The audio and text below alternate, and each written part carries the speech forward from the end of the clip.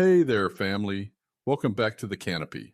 Grab a seat on the tailgate, get yourself a coffee, and let's talk.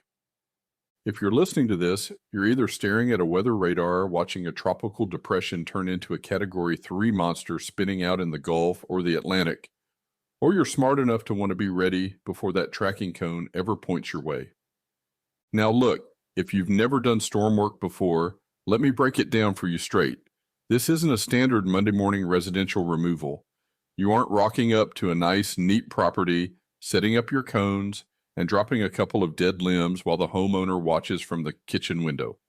Hurricane response is a paramilitary operation masquerading as tree care. It is beautiful.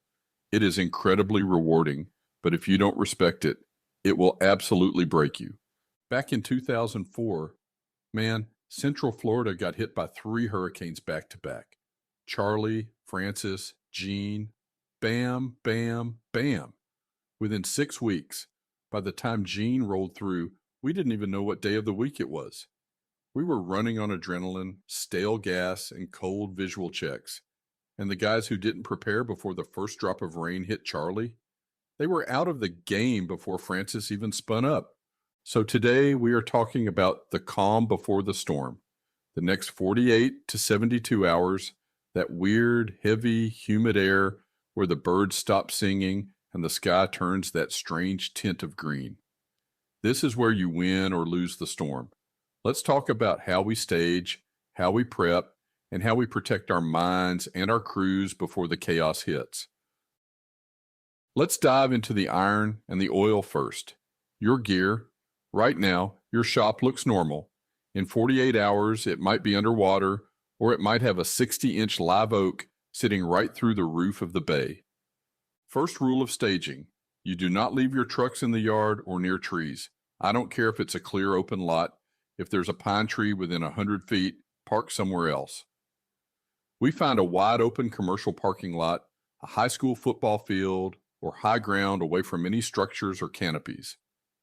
And park them tight, cab to cab, to protect the glass from flying debris. Now let's talk about the saws. You need to pull every single power head off the shelf. I don't care if it's that old 66 that leaks bar oil and sits in the back corner. Clean the carb, fire it up, and make sure it runs. When the storm passes, you aren't going to have time to pull a starter cord 50 times trying to unflood a saw. And chains, whatever you think you need, triple it. You aren't cutting clean forest wood out here. You're cutting trees that have been blasted by 110-mile-an-hour winds.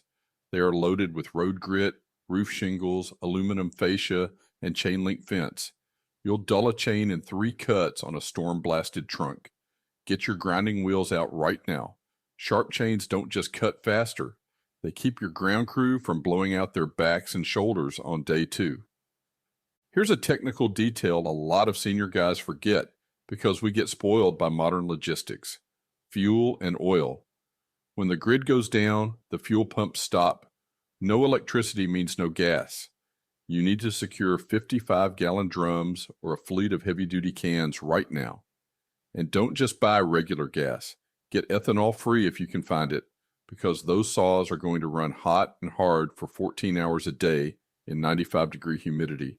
Stockpile bar oil like it's liquid gold. I've seen crews with $10,000 worth of saws sitting idle on the side of the road because they ran out of 2-stroke mix and bar oil. Don't be that guy. And finally, communication. Your cell phone, treat it like a brick. Once those towers lose power or get knocked over by the wind, you are blind and deaf. If you're relying on a cell signal to coordinate your crew or find out if your family is okay, you've already failed. Right now, you need to invest in satellite messengers or high-powered multi-channel UHF, VHF radios. Set up a communication schedule. Every day at 8 a.m. and 5 p.m. we check in on Channel 4. No exceptions. All right, let's move the conversation from the metal to the meat.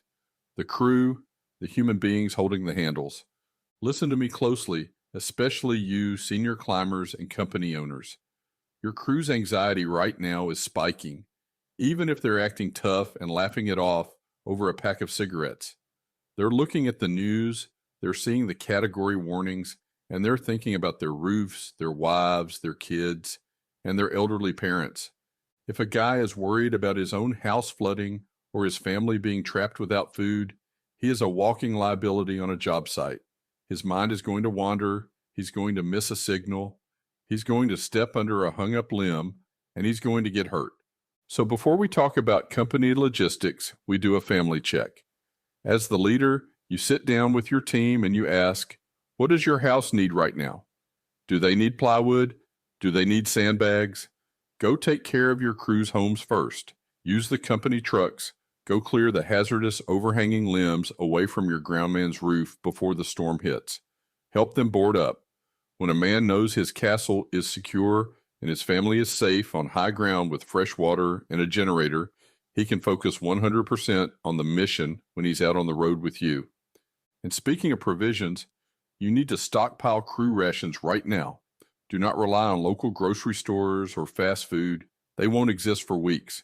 You need cases of water, electrolyte packets, not just sugary sports drinks, but real hydration salts, and shelf-stable, high-calorie food. Think MREs, beef jerky, peanut butter, tuna packets. Your guys are going to be burning 5,000 to 6,000 calories a day in brutal heat. If they're surviving on gas station chips and energy drinks, they'll crash by day 3, and that's exactly when the cuts and injuries happen. I want to wrap this up with a veteran's warning. Something I learned the hard way back in 2004 during Charlie. We were running around like crazy trying to secure gear, and I had a young groundman, great kid, hard worker, full of vinegar. He was trying to rush, trying to impress me, pulling a tarp over a chip truck in the rising wind. A gust caught that tarp, whipped the strap right out of his hand, and the plastic hook caught him right under the eye. Took him out of commission before the storm even made landfall. The lesson? The storm doesn't wait for landfall to start taking pieces of you. The adrenaline spike happens now, during the prep phase. People start rushing, they start taking shortcuts, they throw things into trucks without securing them. They lift with their backs instead of their legs because they feel the clock ticking. Slow down, take a breath, smooth is fast, and fast is smooth. If you are frantic now, you will be chaotic later. Lead your crew with a calm, steady hand, check the rigs, secure the fuel, lock down the families, and then we sit tight and wait out the wind. If you found value in today's prep strategy, please take a second to like, subscribe, and share this episode with your crew and fellow arborists. The best time to build a safe team is before the sky turns green. Take care of each other, check your rigs, and I'll see you on the next episode.